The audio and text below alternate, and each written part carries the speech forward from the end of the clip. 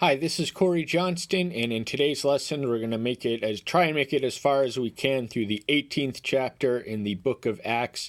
Here we learn of the foundation of the church at Corinth, which occurred towards the tail end of Paul's second missionary journey. His first one begins in the 13th chapter.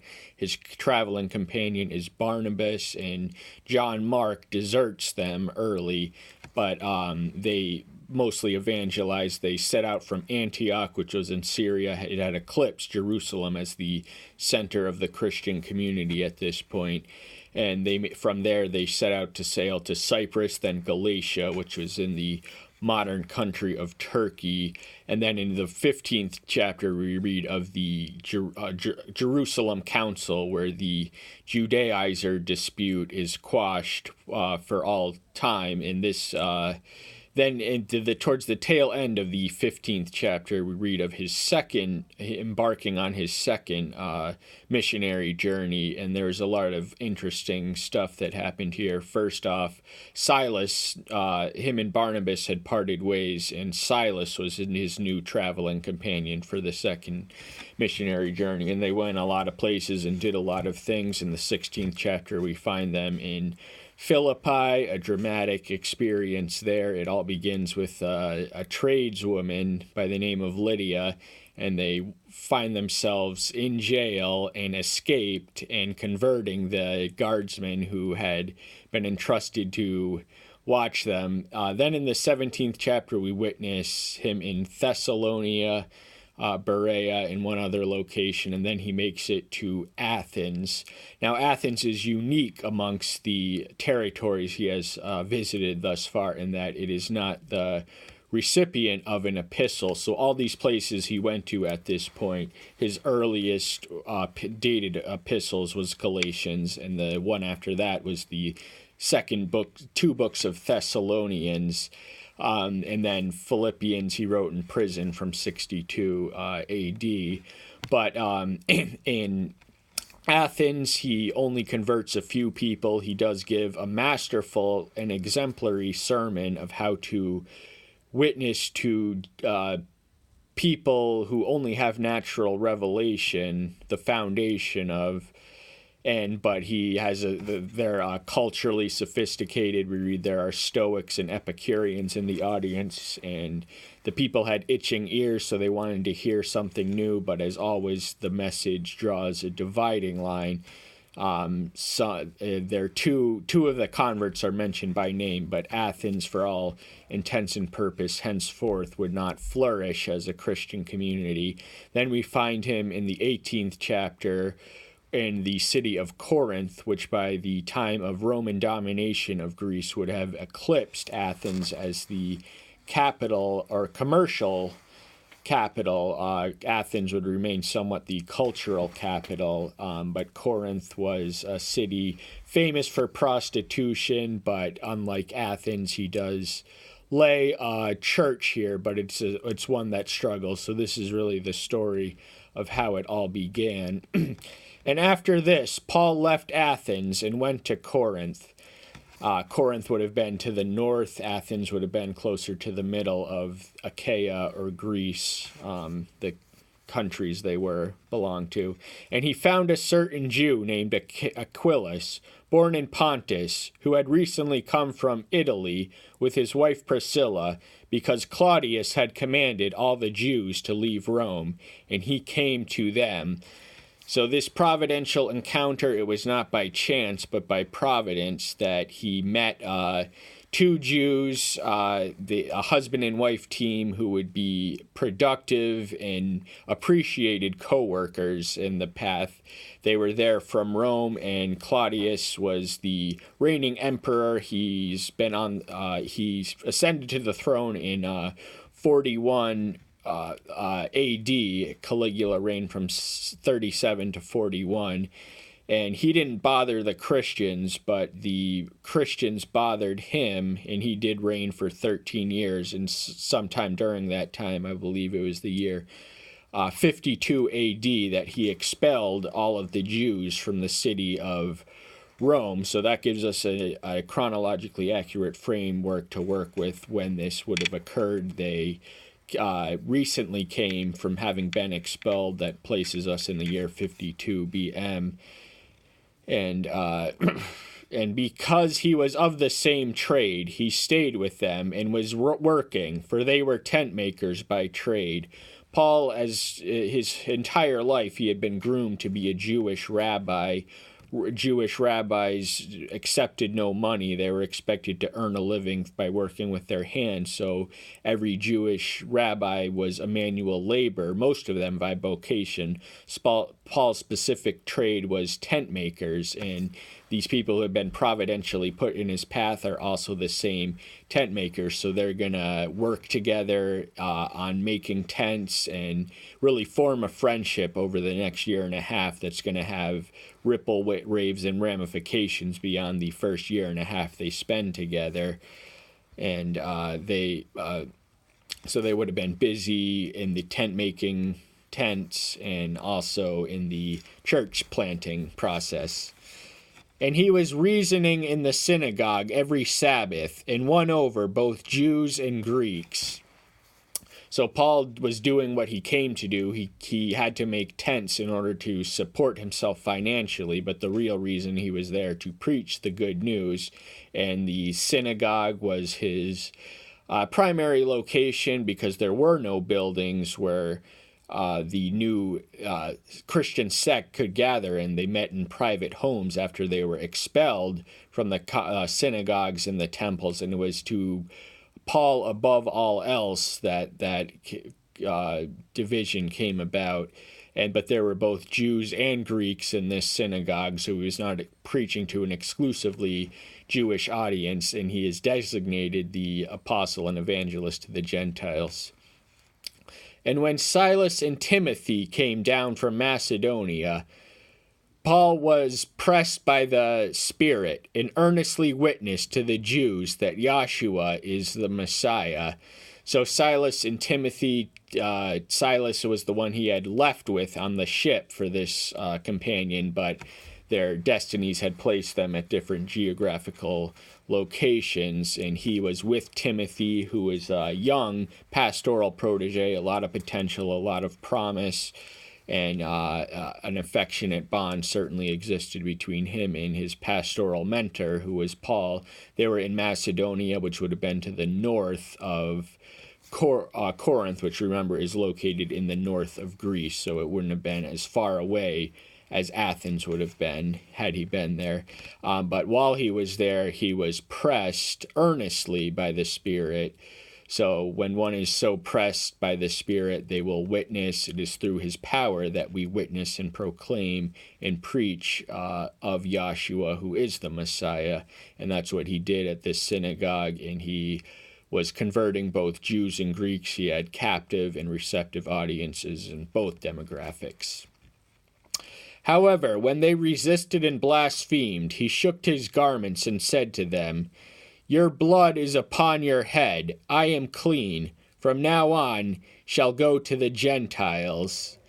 So this is a recurring theme at this point. We also read somewhere in the 13th chapter, he tells the Jews who had rejected him that he was going to the Gentiles from henceforth. But this is this reminds one of the watchman role as described in Ezekiel 33. If the watchman must warn, and if he doesn't, then the blood of the people he didn't warn is going to be on his hands, and he's going to be judged accordingly.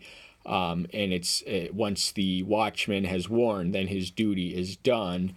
But those who do not do what the watchman advises, they will die in their sins, and their blood will be on their heads. So they had rejected the good news. They had sealed their salvation. He had no qualms of conscience. He was clean as he saw it.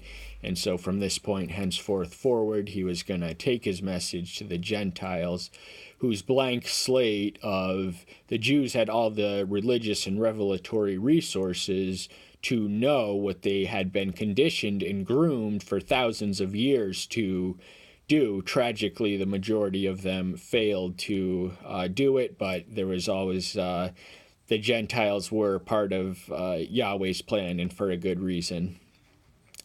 And having left there, he came to the house of a certain man named Justus, who worshipped Elohim, whose house was next to the synagogue. This Justus is Titus Justus in other translations, and Titus was a common name throughout the Roman Empire. This is to distinguish him from the Titus we would have been more familiar with from the recipient of a pastoral epistle who ministered in Crete. But this is Titus, who was a Gentile like Titus, convert whose house was in immediate proximity to the synagogue itself. And Crispus, the ruler of the synagogue, believed in the master with all his household, and many of the Corinthians, hearing, believed and were baptized. So he got the top dog at the synagogue. He got them. At Corinth, this would have been another location, another synagogue. There wouldn't have been only one. This would be at another synagogue. He had converted them from the top down, and not just him, but many outside of the synagogue of the community at Corinth who heard the message. They listened, they believed, and they were baptized accordingly, signifying their public identity with a new faith and a new calling that they had agreed to walk upon. And the master spoke to Paul in the night by a vision, "Do not be afraid, but speak, and do not be silent." Paul was by nature and inclination a motor mouth for the good news message, and one could not... He didn't really observe limitations, and one of the criticisms against him was he was so extreme in his passion and his zeal, but he was a man who abided in his great strength, came not from anything in himself, but his close connection and intimate communion with the master. This would have been Yahshua, who personally visited him in the night by a vision. So this would have been a dream, which is distinct from a vision, which more strictly speaking describes the type of experience when he was converted in the 9th chapter. He was walking, he was awake, and he was visited by a vision which blinded him. Here he's visited in night, meaning implying that he would have been asleep. This revelation would have came in a dream. And he's telling him to speak up, do not cease to be bold in spreading the message, witness with power and boldness, and all will be well. There is nothing to be afraid. If you continue to do as you're doing, do not stop now, do not relent, do not give up the race, finish the good race. Because I am with you, and no one shall attack you to do evil, because I have much people in this city. With an ally like that, there's literally no enemy that can overpower us or subsume us. He is omnipotent, and he assures him that he has a popular following and people who belong to him in the city itself who are going to protect the one he is determined to protect. And he remained 1 year and 6 months, teaching the word of Yahweh among them. So at various times during his, this gives us, remember, the time frame of 52 A.D. would have been when Claudius issued his order, which, and almost immediately after, he would have met up with Priscilla and Aquila. So for 1.5 years after that, that's how long he took edifying what he had evangelized. So he was not a man constantly on the move. He was an evangelist who didn't have the luxury of not edifying what he had evangelized. In the modern church, evangelists are almost hit and run, but Paul didn't have the luxury. He had to edify the flocks he had personally founded because they were his creation and originated in him. And when Gallien was proconsul of Achaia, the Jews with one mind rose up against Paul and brought him to the judgment seat. This Gallien would have been the older brother of the famous Roman philosopher Seneca, who was the tutor of the Emperor Nero, who ruled under his tutelage wisely and well for the first 5 years, but afterwards eventually murdered his mentor and his mother and went completely insane. But that's just who this person was. He was the proconsul, or the governor of the Achaean territory, which belonged to Rome, and he had friends in positions in high influence.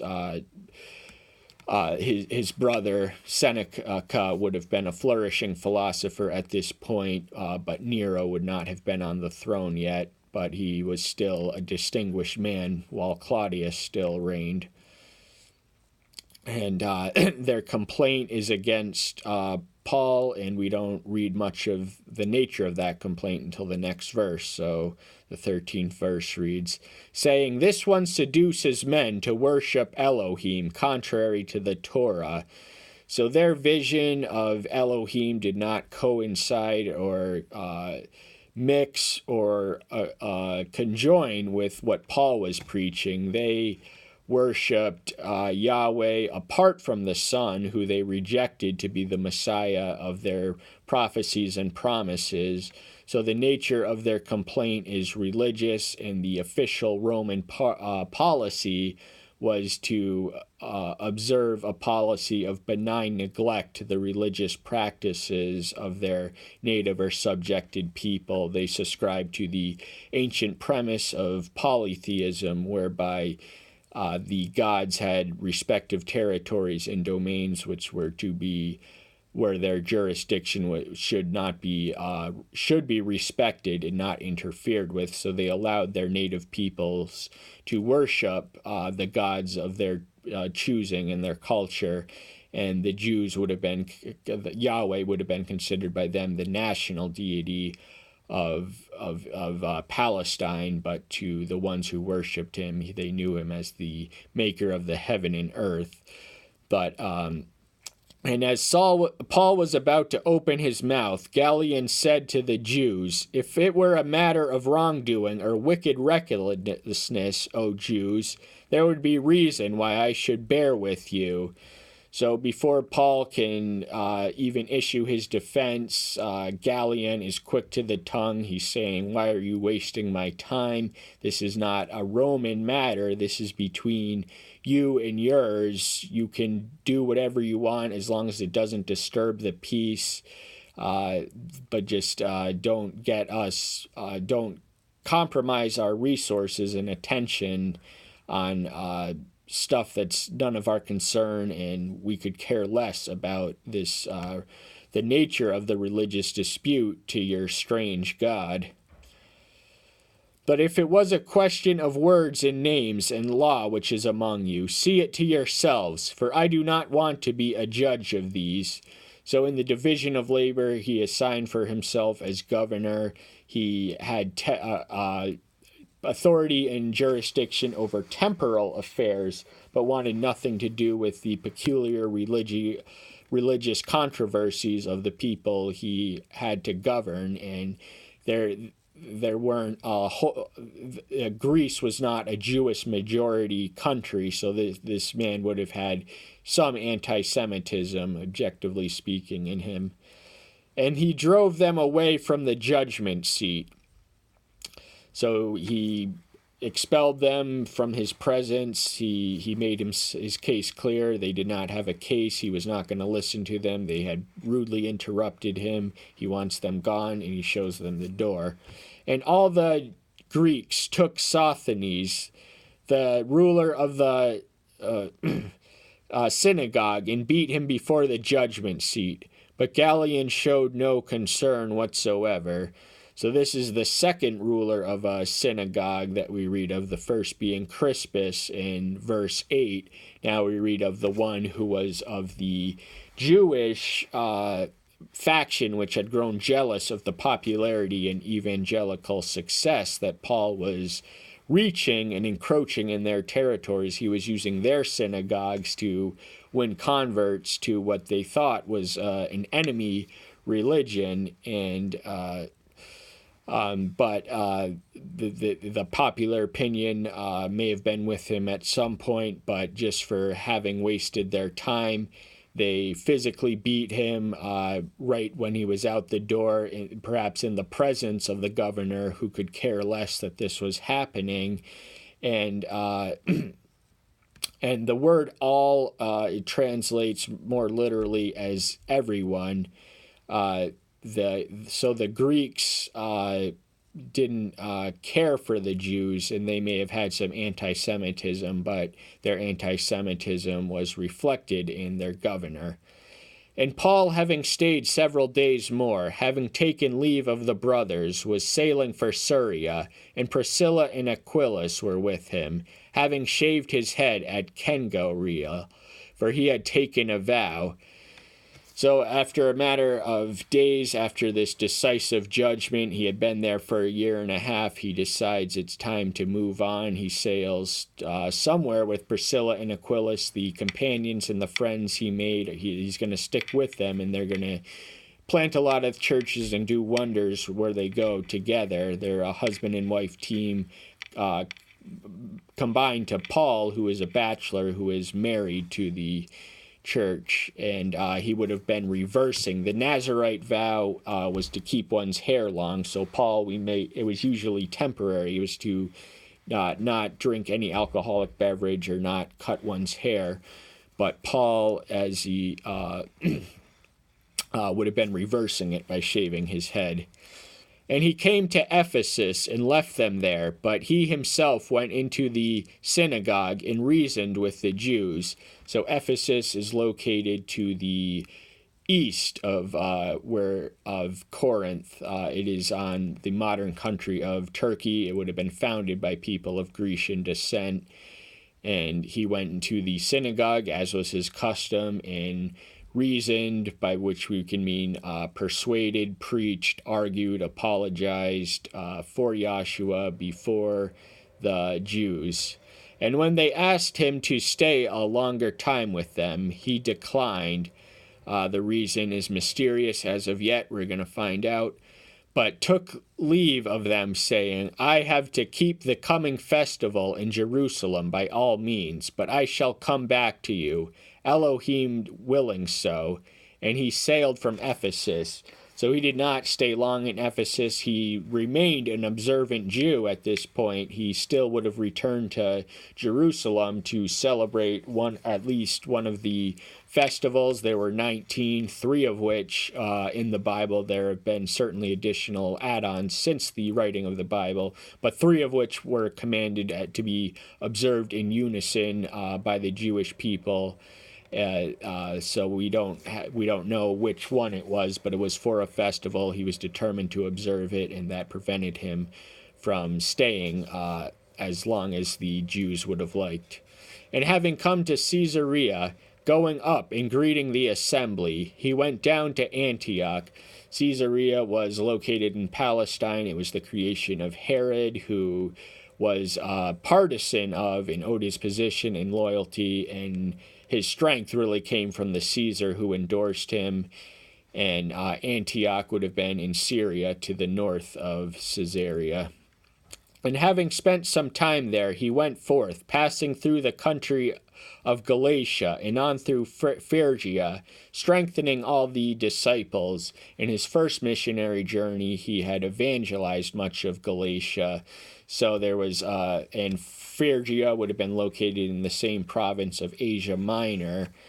And so having evangelized, he returns to edify. And he was an evangelist without the luxury of not edifying. So his journey took him to places he had been before. But while he was there, he was going to strengthen and mold and refine the Christians he had founded earlier. And a certain Jew named Apollos, born of Alexandria, a learned man and mighty in the Scriptures, came to Ephesus. Alexandria was the capital city of Egypt, and it boasted dense heavy. It was a center of Jewish population, and this particular one was educated. He was learned. He was instructed and trained, and he was mighty in the Scriptures. He knew the Scriptures. He could speak it boldly and eloquently, and he came to Ephesus, where Paul once was, and Aquilus and Priscilla perhaps may have remained because they provide the indispensable service for this man who was learned. By learned, we mean, we understand the term to mean educated through the Jewish system, but he only knew up to the point of John the Baptist. He didn't know the more advanced story of Christianity, and that's the vacancy, and the void is going to be filled by this godly couple. This one, having been instructed in the way of the Master, and being fervent in spirit, he was speaking and teaching that about the Master exactly, though he knew only the baptism of John. So all the information he had was up until the baptisms of John. John was the one who pointed and proclaimed of his biological cousin. He was his forerunner, the herald predicted in Isaiah 43. And he came in the power and spirit of Elijah, but Christianity is not about John, it's about the one he pointed to. And he began to speak boldly in the synagogue, and when Aquilus and Priscilla heard him, they took him aside and explained to him the way of Elohim more exactly. So his knowledge was thorough, but it was incomplete. So what they did was they took him aside in private after hearing his public proclamation. They taught him in private, and this is where the ministries of teaching overlaps with preachings. Preaching is a craft that can be taught and by knowledge, and they share their knowledge in order to enhance his preaching, because up to this point he's only able to present an incomplete picture of Christianity and all it has to offer. And when he intended to pass through Achaia, the brothers, having encouraged him, wrote to the disciples to receive him, who, having arrived, greatly helped those who believed through grace. So Achaia would have been Greece, the brethren would have been the Christian community, and they gave positive well wishes to Apollos and wrote the disciples to receive him. Aquilus and Priscilla served as his letters of introductions to the Christians of other Christian communities, and he was a great help once he was welcome. He was made welcome there by the word of mouth, the grapevine. They had made it known to receive this man, and he preached faith and grace. So he's at a more advanced stages than John the Baptist at this point. For with the power he refuted the Jews publicly, showing them from the scriptures that Yahshua is the Messiah. So he was a Jew by background, but he brought the battle to his own people, and in public, using scriptures, given the advanced knowledge they had been the provisions for the instructions of which came from Priscilla and Aquila, he was able to confront the Jewish people and who disagreed, the majority of them at least, that the Messiah was Yahshua, but the Old Testament properly understood makes it unmistakable in a consistent and total way that one can come to the no other conclusion with the gift of hindsight and foresight of both testaments that Yahshua is in fact the Messiah of promise. So that's all the time we have for today. Thank you so much. I'm so glad you're here. I hope to see you soon. Until that time, take it easy. Bye-bye.